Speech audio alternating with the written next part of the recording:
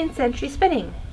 Today I'm going to have a little bit of a chat about something that spinners argue about: nomenclature, what we call stuff.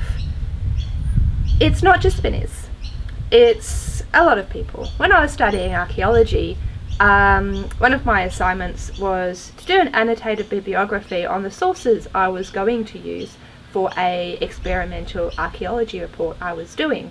Nothing to do with spinning, it was about stone tools. Long story short, somebody had designed a method of taking some measurements on a stone tool and working out how much that stone tool had been resharpened. And they called it like an index of reduction. Now, this index only worked for certain types of stone tools. It didn't work for all of them. And they were quite open about this and said, hey, it works for these types of stone tools.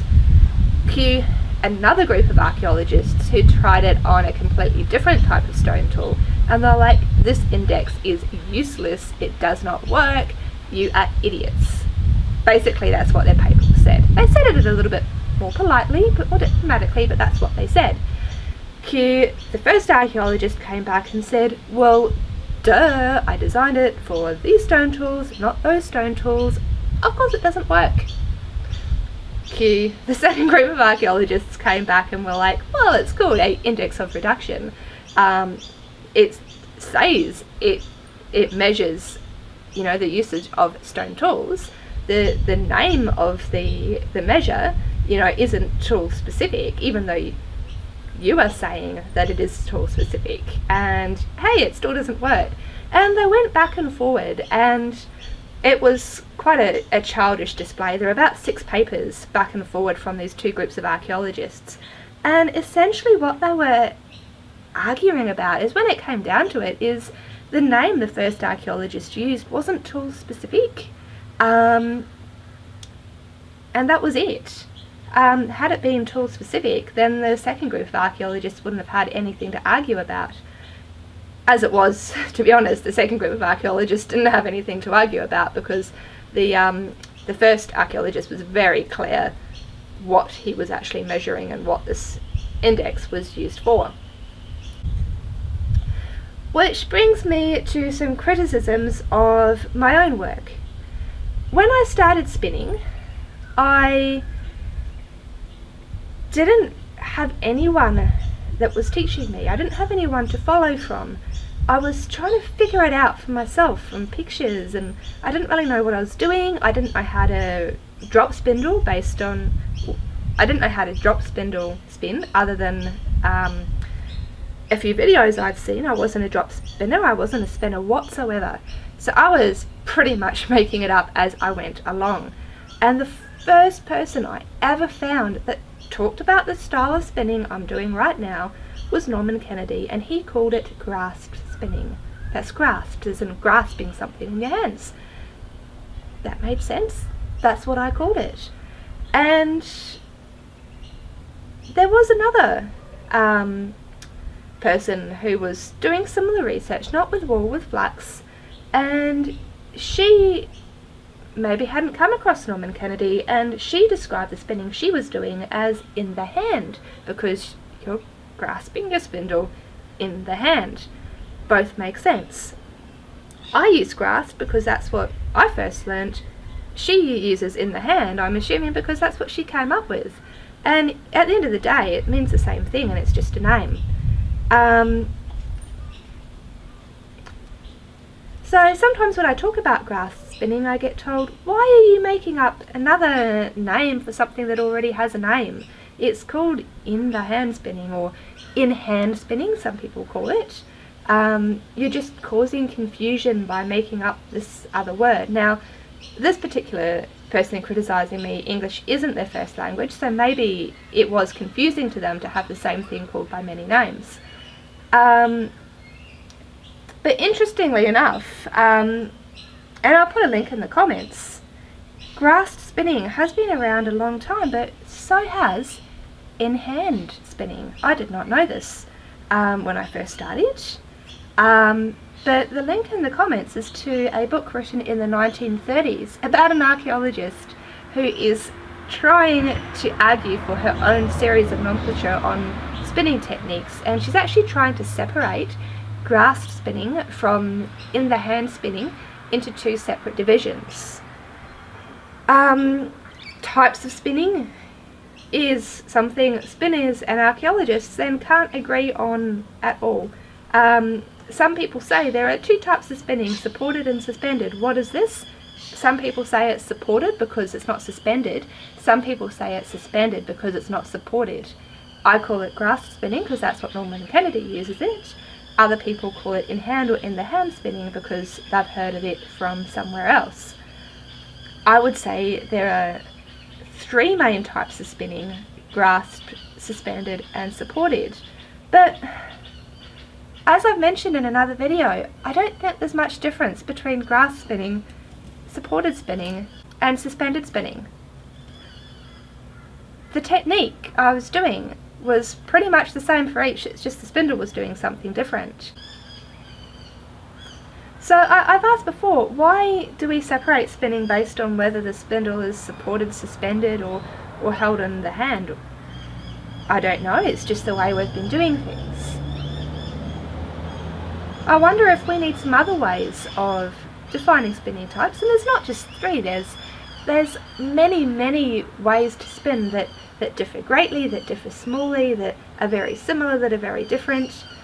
You could argue to the end of days on what classifies as a new technique of spinning, but what I'm more getting at is general divisions. One of the things I've been struggling with what to call is the difference between drop spindle spinning and the type of suspended spinning I do. I've got a video on it and I talk about drop spindle spinning like this. You're spinning the spindle down here and you're coming up with two hands and drafting, versus the suspended spinning that I do, which is when you only have one hand at the spindle and one hand at the fibre. And you can do a full suspension that way.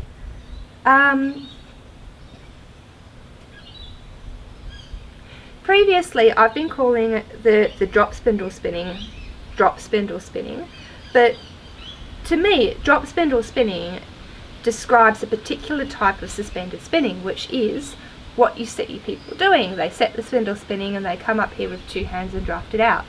But people call spinning that isn't even suspended drop spindle spinning. So to clarify, I've been saying, well, the American type of drop spindle spinning. And as I explained in my video about the two different types of suspended spinning, the reason I do that is most people learn drop spindle spinning as a result of the American teachings, the anthropologists that went to America and learned how to spin. I said in that video they're not the only place that do it, but apparently calling it the American style causes issues with people who've seen it elsewhere, and they come along and say, hey, you're wrong, it is in other places too. And I'm like, well, I know, but it's a word and I couldn't think of a better one. Likewise, the European type of suspended spinning, it's not only the Europeans that do it. So again, we have this issue, like, I'm using words that make sense to me, I'm trying to define things, but not everyone is on the same page. So I've been having a think about it, and I think to come up with some words that people might even not agree to use, but agree that they can understand, there needs to be a couple of factors. I don't think we should be using words that denote time, because the spinning techniques are often found throughout different times. And we might want to avoid using words from locations. Again, the same spinning technique could be used in different locations, and often they are. And often they've developed independent of each other. So I am going to steal an idea from another archaeologist, link in the comment to her fantastic video. But she started using in her video the terms short suspension and long suspension. So the short suspension is when you're doing a short suspension. The long suspension is when you're doing a long suspension. The question arises from there is, what about this suspension? Is that a long suspension? Is that a short suspension?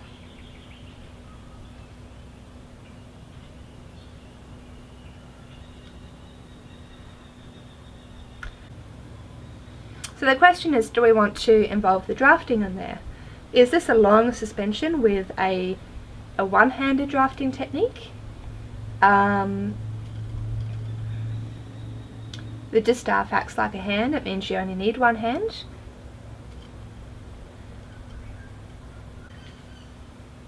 So something to think about. So at the end of the day, I think we need to understand what we're all talking about. We don't have to be using the same words, but maybe we need to come together and put some explanations of what the words we are using are, and maybe we can come to a bit of an agreement about what to call these techniques that we are reproducing. I think my suggestions are this one, it can be grasped in hand and the hand. To be honest, I think we all recognise that they're different words for the same thing. I think possibly me calling American and European suspending or suspension isn't the most accurate terms. I'm